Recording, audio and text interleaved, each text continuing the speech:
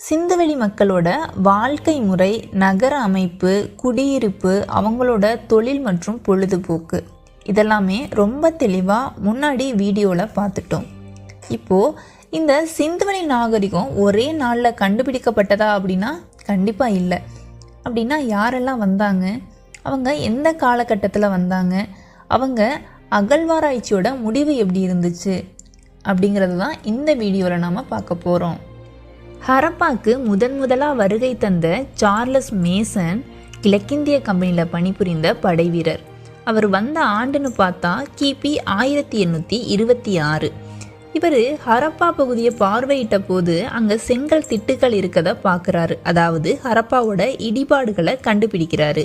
அதை தன்னோட நூலில் குறிப்பிட்டிருக்காரு. இந்த நூல் தான் ஹரப்பா இருந்ததுக்கான முதல் வரலாற்று சான்றா திகழ்து. சிந்து நதி வழியாக பயணம் செய்த அலெக்சாண்டர் பர்னஸ் 1831 ஆண்டில் சிந்து மாகாணத்தில் உள்ள பள்ளத்தாக்கு தளமான அம்ரி அப்படிங்கிற இடத்துல பழங்கால இடிபாடு இருக்கதை பார்வையிட்டிருக்காரு. 1856 லாகூர் டு கராச்சி ரயில் பாதை அமைக்கும் போது கிடைத்த சுட்ட செங்கற்களோட முக்கியத்துவம் அறியாமல் ரயில் பாதைக்கு இடையில் போடுறதுக்கு பயன்படுத்திட்டாங்க. ஹரப்பாவை 3 முறை பார்வையிட்ட அலெக்சாண்டர் ஹன்னிஹாம்க்கு லாகூர் டு முல்தான் ரயில் பாதை அமைக்க ஹரப்பா அளிக்கப்பட்டதிலிருந்து ஒரு முத்திரை கிடைச்சிருக்கு. இவரோட உதவியால் தான் 1861 இந்திய தொல்லியல் துறை உருவாக்கப்பட்டிருக்கு. இவர் தான் இந்திய தொல்லியல் துறையோட முதல் அளவையாளர், முதல் இயக்குனர், மேலும் இந்திய தொல்லியல் துறையோட தந்தைன்லாம் அழைக்கிறாங்க. அடுத்ததா இந்திய வரலாற்றின் முக்கியத்துவம் வாய்ந்த நபரான சர் ஜான் மார்சலை பற்றி தான் பார்க்க போகிறோம்.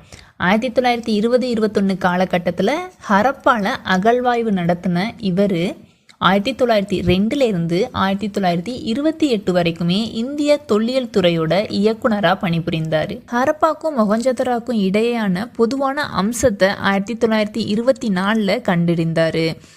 அதோட ரெண்டுமே பெரிய நாகரிகம் அப்படின்னும் அந்த 2 பகுதியில் கண்டெடுக்கப்பட்ட மண் பானைகளில் உள்ள வேறுபாடை பொறுத்து ஹரப்பா நாகரிகம் தான் மொஹஞ்சதாரோவை விட பழமையானது அப்படிங்கிற முடிவுக்கு வந்தாங்க.